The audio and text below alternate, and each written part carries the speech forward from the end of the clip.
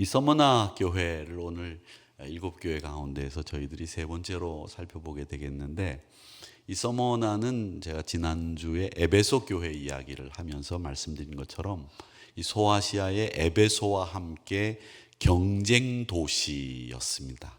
그래서 이 에베소가 약 22만 명의 인구를 가지고 있었고, 서머나는 한 20만 명 정도의 인구를 가지고 있었던 도시로 에베소와 항상 경쟁을 벌이던 도시였다라고 하는 것이고요. 리사쿠마라고 하는 그 알렉산더의 4명의 장군들이 있었는데, 안티오쿠누스하고 이 2명이 친구일 때 같이 건설한 도시가 이 서머나라고 하는 도시입니다. 지금은 터키에 가보면 터키에 3대 도시가 있습니다. 하나가 이스탄불이라고 하는 도시고요. 동양과 서양을 잇는 다리가 있는 아주 유명한 곳이죠. 이스탄불. 그 다음에 앙카라라고 하는 도시가 있고, 그 다음에 이즈미르라고 하는 도시가 있습니다. 이게 터키의 3대 도시인데, 그 이즈미르가 바로 이 서머나라고 하는 도시입니다. 이 서머나가 얼마나 컸는지 자기들이 아시아에서 최고였다라고 하는 것을 자랑하기 위해서 화폐 동전에다가 아시아의 최고 서머나라고 하는 글을 써서 화폐를 유통했다고 알려져 있습니다. 그리고 유명한 트로이를 쓴 호모의 서사시를 쓴 그 호모의 서사시 쓴 그 호모라고 하는 작가가 있죠. 이 사람의 트로이라고 하는 그 이야기가 사실은 사실이 아닌 것처럼 그렇게 알려져 있었지만, 나중에 이게 사실이다라고 하는 것이 알려져서 굉장히 많은 사람들이 트로이 얘기를 하게 됐는데, 그 서사시를 쓴 호모라고 하는 사람의 고향이 이 서머나라고 하는 곳입니다. 그래서 이 소아시아에서 굉장히 중요한 도시 중에 하나에 이 교회가 서 있었다라고 하는 거죠. 옛날 이 서머나는 로마 황제를 숭배하기 위해서, 로마와 긴밀한 관계를 유지하기 위해서 이 황제를 숭배할 수 있는 의식 치룰 수 있는 이 신전이 여러 곳에 있었다고 합니다.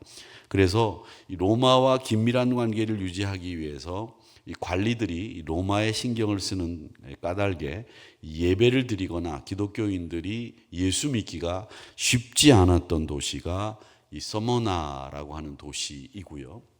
그 다음에 이제 아주 유명한 일화가 있죠. 여러분 많이 들어보셨겠지만 85세의 폴리캅이라고 하는 감독이 이 서머나 교회의 목사님이셨습니다. 그런데 이 로마의 박해 때 이 폴리캅이 이 서머나 감독으로 계시다가 붙잡혔습니다. 붙잡혀서 85세나 된 노인네를 죽이기도 뭐하고 하니 로마 관리들이 아무래도 마음에 부담이 됐겠죠. 그래서 이 폴리캅에게 한 가지 요청을 합니다. 제발 내가 예수 안 믿는다고만 얘기만 해다오. 그 말 한마디만 하면 노인네 우리가 죽여서 뭐 하겠소? 살려주겠소? 이렇게 이야기했는데, 이 폴리캅은 그 말을 듣고 끝끝내 나는 예수님을 사랑합니다, 예수님을 믿습니다 라고 하는 확고부동한 그의 믿음을 고백해서 순교를 당하게 되는 일화가 있는데, 그 폴리캅의 감독으로 있었던, 그래서 이 목회를 했던 교회가 이 서머나라고 하는 교회입니다.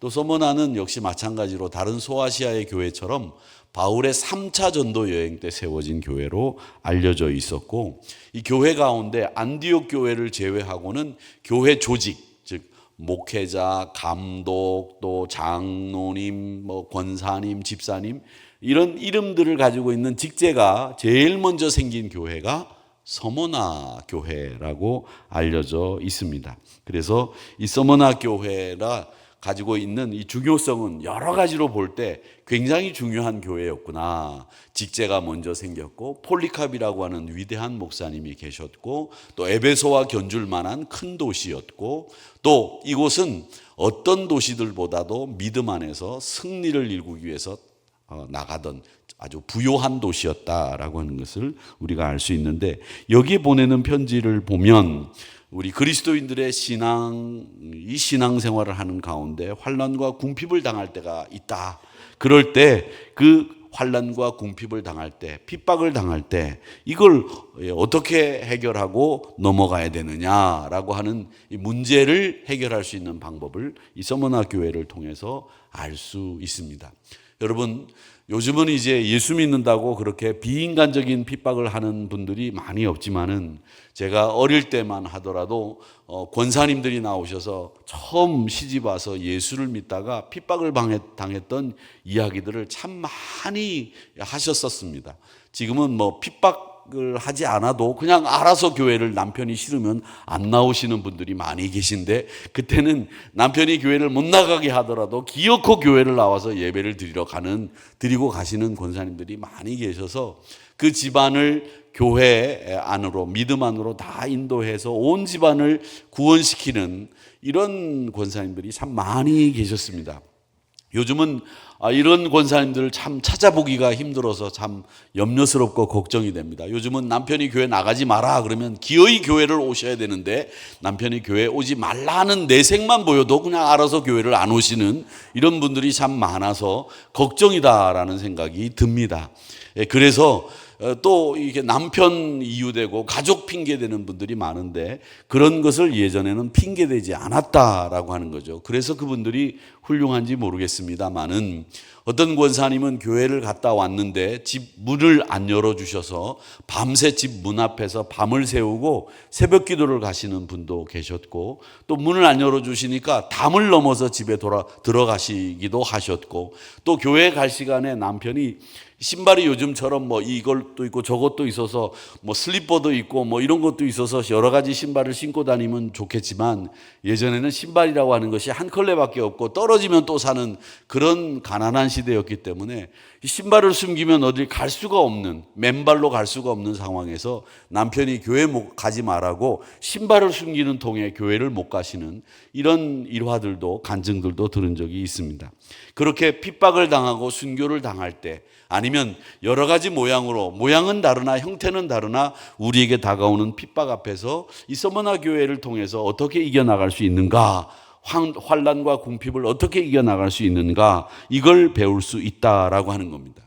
이 기독교는 항상 이 적대적인 환경에서 자라고 피를 흘림을 통해서 우리 기독교가 꽃을 피웠습니다. 이 서머나 교회는 아주 빈궁한 상태에서 신앙생활을 했다라고 하는 겁니다. 이 빈궁하다라고 하는 말은 무슨 말이냐면, 아주 극심한 박해가 있었던 때에 이 서머나 교인들이 피의 역사를 일구면서 신앙생활을 했다라고 하는 겁니다. 이 로마인들은 사회를 통제하고 또 정치적인 목적을 이루기 위해서 교회를 계속 박해했습니다. 교회를 박해하고 교회를 아주 말살시키려고 했습니다. 요즘도 그 이야기가 사실인지는 모르겠습니다만은, 이 교회를 폐쇄하는 법안을 만들어서 누군가가 입안을 하려고 한다라는 이야기까지, 좀 과한 이야기고 뭐 설마 그런 이 몰상식한 이야기까지 법안을 만들 것까지는 하지 않을 거라고 생각을 하지만은, 그런 이야기까지 들리는 세상에 우리가 살고 있습니다. 그거는 뭐냐면, 사회적인 분위기가 기독교에 대해서 절대 우호적이지 않다라고 하는 것을 우리가 압니다. 그렇기 때문에 이런 핍박과 환난 속에서 우리가 지금 신앙생활을 은연중에 하고 있는 것인데, 그런 은연중에 펼쳐지고 있는 이 환난과 핍박 앞에서 우리 기독교인들은 어떻게 신앙생활을 할 것이냐라고 하는 문제입니다. 기독교 역사가들이 정리한 이 로마 황제들에 의해서 일어난 10대 박해 사건이 있습니다. 제일 먼저는 여러분 잘 아시는 것처럼 네로 황제가 일으켰던 박해가 제일 큰 박해였죠. 이때 베드로 사도와 바울 사도가 순교를 했습니다. 그리고 두 번째로 박해가 일어났는데, 그 두 번째가 유명한, 여러분들 박해를 일으킨 그 유명한 황제 3명 이름만 알면 됩니다. 나머지 황제들도 박해를 하기는 10명의 황제들이 나오는데, 3명의 황제가 제일 많은 박해를 기독교를 향해서 했는데, 한 사람이 네로고, 그 다음엔 도미티안, 그 다음에 디오클레시안이라고 하는 사람들입니다. 이 디오클레시안, 도미티안, 네로, 이 세 사람이 가장 심하게 기독교를 박해했는데, 이 사람들이 지어놓은 건축물들이 지금 유럽에 가면 아직도 남아 있습니다. 그 사람들이 지은 건축물을 보면서 와 멋있다 하고 우리가 사진을 찍고 오는데, 그 지은 건축물을 지은 사람이 누구냐면 우리의 원수입니다. 그렇게 기억하시면 됩니다. 그래서 유럽에 가셔서 유명한 성당이나 유명한 건축물, 궁전 뭐 이런 것을 보시면 그냥 대개 한 80%는 기독교를 박해했던 황제들이 지은 건축물이다, 이렇게 생각하시고 보면 거의 틀림이 없습니다. 이 도미티안 황제가 두 번째로 이 기독교를 많이 박해를 했는데, 이 사람 박해 때에 사도 요한이 밤모섬에 유배를 갔었습니다.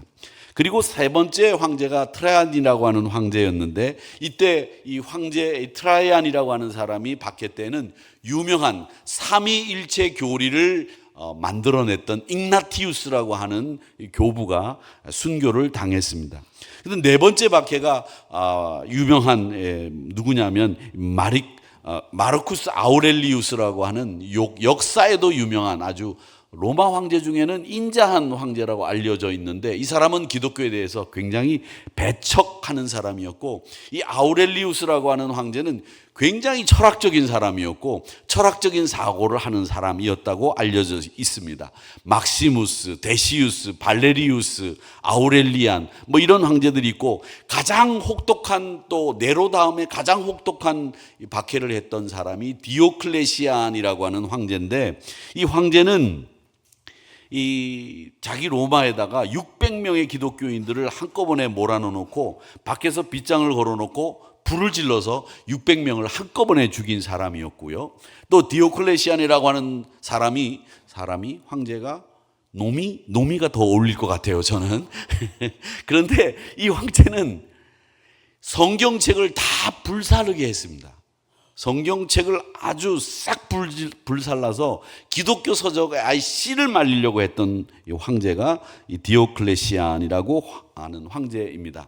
그러니까 이 디오클레시안이라고 하는 황제가 10번째 박해를 가장 많이 했던 황제인데, 이 사람이 박해를 할 때가 303년이었습니다. 303년. 그리고 나중에 이제 여러분이 잘 아시는 것처럼 콘스탄틴이라고 하는 황제가 기독교를 공인할 때가 몇 년도냐면, 밀라노라고 하는 곳에서 칙령을 발표해서 기독교를 믿어도 좋다, 이젠 안 죽이겠다라고 발표한 그 밀라노 칙령이 330년입니다. 딱 30년입니다. 그 30년 동안 치열하게 이 디오클레시안에 의한 이 후폭풍이 있어서 기독교인들이 굉장히 많이 박해를 당했습니다. 그렇게 박해를 당할 것을 알고 그 박해를 가장 많이 당했던 곳이 어디냐면 이 서머나 교회였다라고 하는 겁니다. 그 서머나 교회가 그때까지 계속 박해를 당했는데 100년, 200년이 아니라 거의 300년 동안 박해를 당했다라고 보시면 됩니다. 그 중에서 가장 치열하게 박해를 당했던 것이 30년간, 303년에서 330년까지 가장 치열한 박해가 일어났다, 이렇게 보시면 되겠습니다. 여러분, 한 300년 정도 박해를 받으시면 예수 믿는 사람 요즘 남아 있을까요? 한 3년만 박해를 당해도 이 교회가 풍비박산이 날 교회들이 많이 있을 겁니다. 근데 30년도 아니고 300년을 기독교가 박해를 당했습니다. 그럼에도 기독교는 불굴의 믿음의 정신을 가지고 넘어지거나 쓰러지지 않고 이겨냈다라고 하는 겁니다. 당시 기독교 인구는 10% 정도였다고 그래요. 로마 인구의 10% 정도였다고 하니까 이 기독교 인구가 그렇게 많지는 않았는데도 불구하고 그 10% 되는 인구가 2%가 될 때까지 한 8% 정도를 다 죽였다라고 하는 겁니다. 그러니까 5분의 4는 그냥 예수 믿는다는 이유로 기독교인들은 거의 다 대부분 죽었다라고 하는 거죠. 나중에 밀라노 칙령이 끝나고 난 뒤에 이제 회의를 하게 됩니다. 칙령 발표 후에 이제 공의회를 하게 되는데, 그 공의회 때 오시는 감독들이 다 박해 때 어려움을 당하셔가지고 어떤 사람은 눈이 없고 어떤 사람은 손이 없고 어떤 사람은 발이 하나 없고 이렇게 오셨다고 해요. 성한 사람이 아무도 없었다고 하는 전설이 전해지고 있습니다. 근데 그 기독교인들을 박해했던 가운데 제일 마음에 안 드는 박해했던 사람이 누구냐면 바로 로마 정부와 또 관리들에게 아양을 떨던 유대인들이 기독교인들을 가장 심하게 박해했다는 거죠. 우리가 일제시대 때도 일본 사람들이 우리 한국 사람들을 뭐 이렇게 괴롭히는 것보다 일본 사람의 앞잡이와 하수인 노릇했던 이 한국 사람들이 더 많이 한국 사람들을 괴롭혔다라고 하는 것은 여러분 익히 아시고 계실 겁니다. 그렇게 많이 그렇게 박해를 하고 우리 한국 사람들을 괴롭혔다고 하죠. 그리고 사실은 6.25 전쟁 때에도 인민군이 내려와서 죽인 사람보다 인민군 앞잡이를 노릇했던 그 사람들이 더 많이 양민들을 학살했다라는 이야기. 이게 이런 이 좌우 충돌이 뻥 일어날 때는 이 좌우에 있는 분들보다 좌우에 잘 보이려고 하는 사람들이 이 극한 충성을 보이려고 하는 행동들이 문제를 일으키는 것을 우리가 보게 되는 겁니다. 이 자칭 유대인이라고 하는 사람들이 문제였습니다. 로마서 2장 28절에도 보면 외적인 유대인이 아니면 내적인 유대인이 진짜 유대인이다라고 했습니다. 이 말은 뭐냐면 자기가 유대인이라고 말하면서 유대인이 아닌 거예요. 실상은 로마 사람과 똑같이 살면서 로마 사람들과 더 친하면서 유대인들을 예수 믿는다고 고발하던 그 유대인들이 이 외적인 유대인, 자칫 유대인이라고 말하지만 유대인이 아니었던 그 사람들 때문에 이 서머나 교회가 신앙생활 하기가 여간 어려운 게 아니었다라고 하는 거죠. 어느 영화에도 보면 제가 어떤 영화를 이렇게 보니까 뭐라고 얘기하느냐면 당신이 성공하고 당신이 승리하고 당신이 출세하기 위해서 당신이 이 분야에서 사업에 성공하기 위해서 제일 조심해야 될 사람이 누군지 아십니까? 그러니까 주인공이 눈을 꿈뻑꿈뻑 그래요. 가족입니다. 그렇게 얘기를 하더라고요. 가까운 사람이 제일 무서운 겁니다. 유대인들에게 가장 무서운 사람들이 유대인이었습니다. 바울은 그걸 알았기 때문에 전도 여행을 가면 어디를 제일 먼저 찾아갔느냐면 유대인 회당을 제일 먼저 찾아가서 그들에게 복음을 전하려고 애를 썼다라고 하는 겁니다. 지금도 마찬가지입니다. 지금도 사실은 예수를 아주 모르는 사람들은 교회 다니라 그러면 전도지도 받고 또 교회에서 주는 물시지도 받고 또 교회에서 얘기하는 것에 대해서 제시도 듣고 또 교회를 다녀보겠다는 생각도 가집니다마는 교회를 한 번 정도 혹은 교회에서 직분까지도 받았다가 지금 교회를 안 다니는 분들은 전도지 주면 이렇게 하면서 거부를 합니다.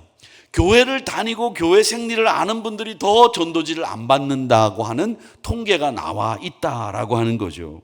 그만큼 이 신앙생활을 한 사람들의 입장에서 복음을 더 안 받아들이는 이 마음의 철벽을 치고 있는 상황들이 우리 주변에 많이 일어나고 있다라고 하는 거죠.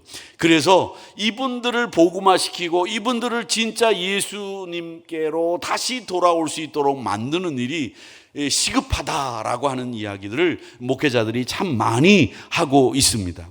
그러다 보니까 이 서머나 교회 신자들이 얼마나 신앙생활 하기가 어려웠겠습니까?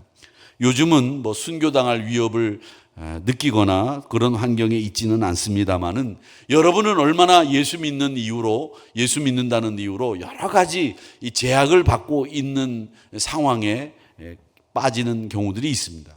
회사를 갔는데 남자가 취직을 했어요. 그래서 이제 오늘 회식을 갑니다. 이제 이렇게 얘기해서 회식을 다 갔습니다. 뭐 여러분 경험이 있을런지 모르겠습니다만은 회식을 다 가서 자, 술 한 잔씩 해. 그리고 쫙 한 잔씩 쫙 나눠주는데 저 부장님 저는 교회를 다닙니다. 어느 교회를 다녀? 그래. 예, 저는 하늘이 교회를 다닙니다. 오, 그래? 하늘이 교회를 다녀? 그래. 술 한 잔 해. 저는 목사님한테 이런 데서 술 먹으라고 하면 안 된다고 배웠습니다. 하늘이 교회 목사가 누구야? 그러면 이럽니다.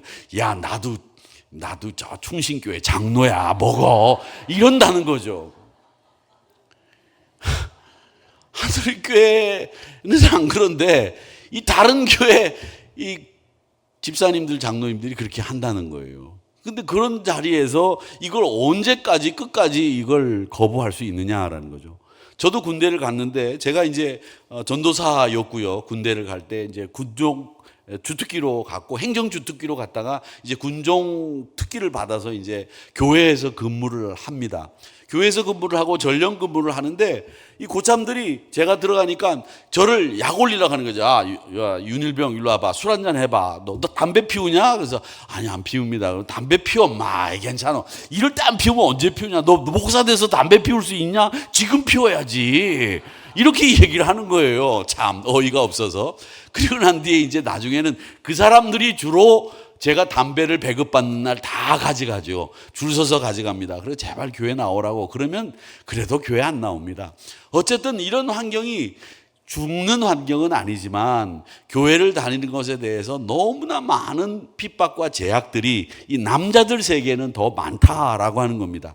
그래서 여러분 저는 생각할 때 사회생활에 어느 정도 적응해야 되고 그분들의 분위기도 맞추고 뭐 이러는 과정에서 여러분들이 그 사람들과 분위기를 맞추는 정도에서 여러분들이 하는 행동이 죄를 짓는 것이 아니라고 한다면 목사는 얼마든지 눈 감아줄 수 있습니다. 지금도 제가 눈을 감고 있지만 제가 눈을 감고 있고요. 그럴 때는 여러분들이 이렇게 하면서 아, 저기 목사님 제가 이 회사에서 오래 살아남고 가족들 먹여 살리고 또 감사헌금도 하고 11조도 하려면 제가 이거 어떻게 할 수 없이 먹어야 될 테니까 그땐 기도하세요. 윤 목사님 눈 좀 감고 계세요. 그럼 제가 뭐 이렇게 있다가도 눈 감고 있을게요. 그러니까 그런 부분에 대해서 뭐 목사인 저로서도 이해가 되고 많은 경우들을 봤기 때문에 여러분들이 그렇게 하는 것에 대해서 의도적으로 그렇게 하지 않고 환경이 그렇게 되는 경우에 물론 이기셨으면 좋겠습니다. 물론 여러분들이 그런 것들을 물리치셨으면 좋겠어요. 근데 사실 목사 입장에서 권사님 한 분이 들어와요. 상담을 하겠다고 들어오십니다. 목사님, 제가 이 진시장에서 이 포목점을 40년 했는데 요즘처럼 경기가 없어서 참 어렵습니다. 그런데 주일날 목사님 말씀대로 제가 장사를 안 하니까 우리 단골 손님이 주일날 왔다가 저 지방에서 왔다가 옆집으로 다 가는 겁니다. 그래서 월요일날 나가보면 주일날 왔던 손님들 단골들이 10년 20년 된 단골들이 다 옆집의 단골들이 돼가지고 그곳으로 가는 바람에 제가 단골을 다 뺏기게 돼서 주일날 아무래도 다음 주부터는 가게 문을 열어야 되겠습니다. 그렇게 얘기를 하는 거예요. 물론 뭐 저하고 상담을 하겠다고 오셨지만 선포하러 오신 거죠. 열겠으니 그렇게 알아라 목사야, 이제 그렇게 하러 오신 건데 참 그 부분에서 제가 끝까지 얘기를 합니다. 그래도 권사님 주일날 장사하지 말아야죠. 요즘에는 주일날 뭐 어떤 분이든지 신앙 없는 분이나 신앙 있는 분이나 주일날 다 문을 닫기 때문에 그런 부분에서 문제되는 것이 없습니다만은 예전에는 그렇지 않았거든요.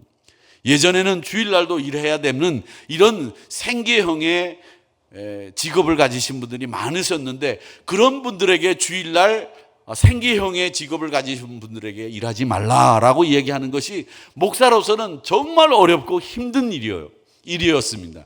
그런데 지금은 이제 다들 뭐 토요일이건 금요일이건 뭐 다 노시니까 이 주일날 일하라는 말 안 해도 알아서들 다 일 안 하시기 때문에 그 부분에서는 되게 편해졌습니다만은 노는 날이 많아도 우리나라는 너무 많은 것 같아요. 여러분은 동감을 안 하시는지 모르겠습니다만은 그렇습니다만은 어쨌든 지금 세상은 보이는 것만 믿으려고 하고 편한 대로만 살려고 합니다. 기독교인들 가운데서도 사실은 대놓고 부인하지는 않지만 마음속으로 이 성경에 나오는 많은 이야기들을 믿지 않는 분들이 많다는 통계가 나와 있습니다. 동정녀 탄생, 부활, 그리고 성경에 나타나는 기적들을 안 믿는다는 거예요. 기독교인들조차도.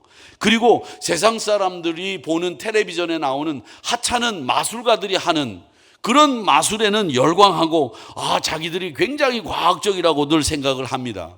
얼마 전에도 제가 오면서 이렇게 보니까 유명한 그 마술가가 트랙이라고 하는 별명을 가지고 뭐 제호를 가지고 이렇게 프레카드를 걸어놨더라고요. 그리고 마술쇼를 하는데 막 걸려 있어서 뭐 그 마술쇼 하는데 표를 구해가지고 들어가는데 한 장 사가지고 들어가는데 35만 원이라고 하더라고요.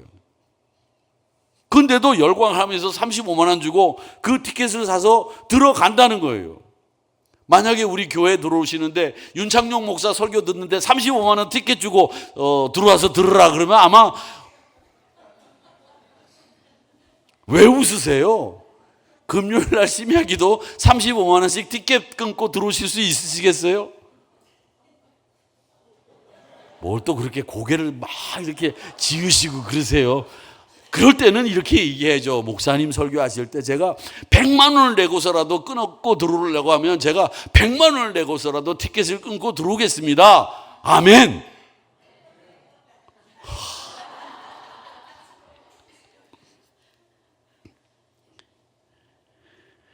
죽은 사람이 살아나고 동정녀가 아이를 낳고 이 성경 이야기를 믿을 수 없다고 소리를 치고 있습니다. 그러면서 여름에 이제 곧 여름이 시작되는데 여름이 되면 귀신 이야기에는 소름을 돋아가면서 듣고 보고 즐거워하고 흉가에 들어가서 귀신 체험하는 괴이한 짓을 하고 있고 그런 걸 즐기고 있어요. 그리고 이 여름만 되면 이상한 그 풍조들이 있죠. nap양 특집 그래가지고 그 다음에는 하얀 소복 입고 입에 식칼 물고 피 흘리면서 나오는 이런 이야기를 보면서 좋아하더라고. 이게 도대체 무슨 이 세상이 이렇게 돌아가고 있는가라는 생각이 들어요. 거짓말이 난무하고 남을 해쳐서라도 올라서려고 하는 이 세상적인 모습에서 이런 것들이 교회 안에 들어오지 못하도록 우리 그리스도인들이 막아야 되고 우리 그리스도인들이 믿음 안에 신실하게 서야 되는데 이 서머나 교회가 바로 그런 고난과 핍박 앞에서 믿음을 올곧게 지키려고 애를 썼던 교회였다라고 하는 겁니다. 여러분, 우리 믿음의 사람들은 언제나 항상 바른 신앙을 가지고 살아야 되고 우리 믿음의 사람들은 언제나 세상의 시류와 세상의 풍조 앞에서 흔들리지 마셔야 됩니다. 이제 제가 그분 말씀을 드려도 될 것 같은데 아주 기도는 열심히 하세요. 정말 신앙도 좋으세요. 그런데 아들이 변호사가 됐어요. 부잣집 며느리를 얻었습니다. 정말 부잣집 며느리를 얻었어요. 우리 교회 얘기 아니에요. 또 있는 모양인데요, 누가? 아마 얘기를 하시는 분이. 부잣집 며느리를 얻었어요. 그런데 그 며느리한테 시집 올 때 예단을 해가지고 오는데 예단을 하는데 그 권사님이고 너무 기도 열심히 하시고 그런 신실하신 분인데 야, 우리 아들이 변호사이니까 내 민국고도 해와라. 돌침대 해와라. 그리고 아버님 차를 바꿔야 되니까 차도 한 대 해가지고 와라. 차는 뭘로 사갖고 와라. 이 무슨 아들 하나 변호사 아들 장가 보내면서 완전히 여자집이 아무리 돈이 많다고 하더라도 그렇게 하는 건 아니지 않습니까? 교회 권사님이.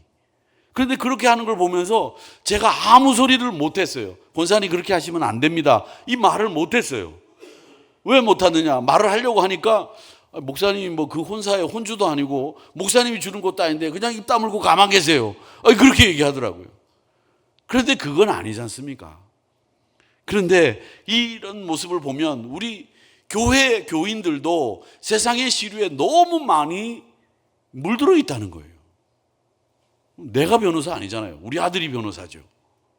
그런데 그 변호사 아들 하나 가지고 있다고 아무리 부잣집이라고 하지만 이게 말이 되는 예단입니까? 그런데 기독교인이면서도 그런 걸 요구하는 것을 보면서 그 사람들은 뭘 생각하겠어요? 야, 교회 다녀야 되겠다. 이런 생각을 하겠습니까? 오늘 여기 말씀해 보면 기독교의 적대적인 유대인들을 뭐라고 말씀하시냐면 사단의 회라고 말하고 있습니다. 사단의 회가 뭐냐? 쉽게 말씀드리면 악한 무리들의 모임이라고 할 수 있습니다. 조직폭력배가 있지요. 그렇게 조직적으로 악한 무리들의 모임이 사단의 회입니다. 그만큼 나쁘다는 거예요. 나쁜 사람들이 모이면 더 나빠지는 거예요. 여러분 아십니까? 똑같이 때려도 가중처벌이 되는 죄가 있습니다. 똑같이 때려도 낮에 때리면 1년 죄를 받습니다. 그런데 저녁에 때리면 2년 죄를 받습니다. 근데 혼자 때리면 1년 받는데 같이 모여서 때리면 3년 받습니다. 그렇게 같이 모이면 더 나빠지는 죄질로 판단하는 거예요. 그러니까 이 사단의 회라고 하는 것은 뭐냐면 조직적으로 악한 일을 하는 사람들을 가리키는 말이에요. 이런 로마 관리들 앞에서 서머나 교회들은 그 위험을 무릅쓰고 신앙생활을 꿋꿋하게 견디면서 했다라는 겁니다. 여러분, 우리가 지금 신앙생활을 이기자 얘기하는데 우리 신앙생활이 너무 나약해요. 조금만 힘들어도 엎어지고 조금만 힘들어도 힘들어요. 뭐 그렇게 궁시렁대고 뭐 어떻게 그렇게 쟁쟁거리고 징징거리는지 모를 정도로 우리 신앙이 나약해진 것 아니냐, 이런 생각이 들 때가 많아요. 여러분, 이 서머나 교회를 생각해 보십시오. 그런 상황에서도 불굴의 신앙 정신을 가지고 이겨내는 교회였다라고 하는 겁니다. 이렇게 이겨낼 수 있는 강한 믿음의 정신력, 우리에게 필요합니다. 여러분의 정신력도 필요하지만 믿음의 정신력도 강하고 담대하게 가지시기를 축복합니다. 좀 담대하게 하세요. 그리고 오늘 이 9절 말씀을 같이 읽어보겠습니다. 9절 말씀 시작. 내가 내 환난과 궁핍을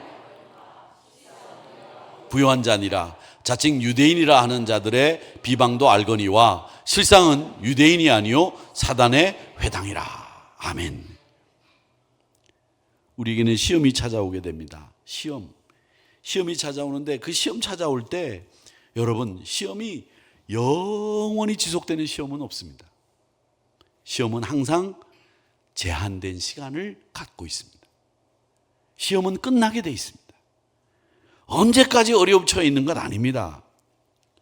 그렇기 때문에 여러분, 이 시험을 이기는 사람은 하나님께서 실상은 네가 부유한 사람이라고 하는 칭찬을 받게 됐다라고 하는 것을 기억하시기를 축복합니다. 우리가 죽도록 충성하라고 배우죠. 죽으라고 충성하라는 말, 죽으면서 충성하라는 말이 아닙니다. 흔들림 없이 충성하라는 거예요. 죽도록 충성하라는 말은 흔들림 없이, 한번 내가 일을 맡았으면 끝까지 그 일을 하는 거예요. 하다가 힘들면 엎어지고 그만두고 용두사미가 되는 그런 일이 아니라 흔들림 없이 지키는 일, 이것이 이 서머나 교회가 우리에게 주는 교훈입니다. 환난을 이겨내고 강하고 담대한 믿음의 정신을 가지고 흔들림 없이 끝까지 자기의 자리를 지키는 이 신앙의 모습을 이 서머나 교회는 가지고 있었다라는 겁니다. 10절 말씀을 우리 같이 읽어보도록 하겠습니다. 시작. 너는 장차 받을 고난을 두려워하지 말라. 볼지어다 마귀가 장차 너희 가운데서 몇 사람을 오게 던져 시험을 받게 하리니 너희가 10일 동안 환난을 받으리라. 내가 죽도록 충성하라. 그리하면 내가 생명의 관을 내게 주리라. 아멘. 이 10절은 여러분 꼭 기억하시기를 바랍니다. 10절은 잊지 마세요. 왜 10일 동안 환난을 받으리라 말하셨느냐면, 하루 이틀 3일 4일 10일 동안 환난을 받는다는 말은 우리가 딱 열흘만 시험 받는다는 얘기가 아니라 이 시험이 제한되어 있고 곧 끝난다는 얘기를 하시기 위해서 10일이라는 말을 하시는 거고요. 우리가 변함없이 내 자리를 지키면 하나님이 우리에게 주시는 면류관이 있는데 생명의 면류관 주신다라고 하는 겁니다. 이 말씀을 보면 여러분 잘 아시는 말씀이 생각나죠. 디모데후서 4장 7절의 말씀. 선한 싸움 싸우고 달려갈 길 마치고 믿음을 지켰으니 이제후로는 나를 위하여 의의 면류관이 예비되었으므로 주 곧 의로우신 재판장이 그날에 내게 주실 것이며 내게만 아니라 주의 나타나심을 사모하는 모든 자에게도 니라. 이렇게 말씀하셨습니다. 순교를 각오할 만큼 늘 어려운 상황 속에서도 주님에 대한 믿음을 충성스럽게 지키면 생명의 면류관이 여러분의 면류관이 될 줄 믿습니다. 이 면류관이라고 하는 거 여러분 보셨어요? 면류관. 성경에만 지금 이 면류관을 얘기하는데, 정확하게 면류관은 어떤 거냐면 옛날 이제 조선 왕조의 이 왕관이 아니에요. 왕관이 아니고, 여러분 이렇게 왕들이 이렇게 쓰고 나오는 것 중에서 정복을 입고 무슨 예식을 할 때 왕들이 이렇게 이런 거를 이렇게 제가 보여드릴게요. 이렇게 쓰고 이 앞에 수술이 이렇게 달린 거 보셨죠? 이렇게 달린 거. 그리고 이렇게 나오면 이제 신하들이 마마 그러면 이렇게 움직이고 이렇게 그거예요. 그게 면류관이에요. 아셨어요? 이 면류관을 좀 보여드렸으면 좋겠는데 보여드릴 수가 없으니까 제가 모습을 보여드립니다. 이렇게 위가 일자로 돼가지고 이렇게 앞에 수술 같은 게 쭉 내려와가지고 이렇게 흔들거리는 거 있잖아요. 그게 면류관이에요. 아셨죠? 왕관이 아니에요. 면류관이에요. 그게 이 왕들이 큰 의식을 치를 때 쓰는, 왜 군인도 전투복이 있고 정장이 있듯이 정복을 입듯이 그렇게 왕이 골룡포를 입고 쓰는 것이 면류관입니다. 그러니까 최고의 관이 면류관이라는 거죠.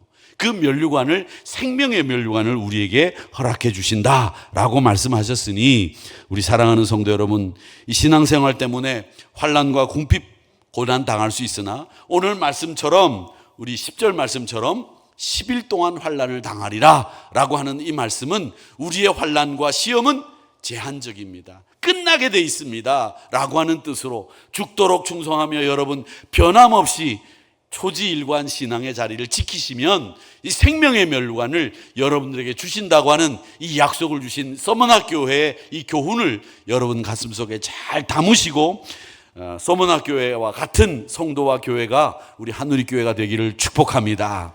책망이 없던 교회가 있었는데 그 책망이 없는 교회가 바로 이 서머나 교회였습니다.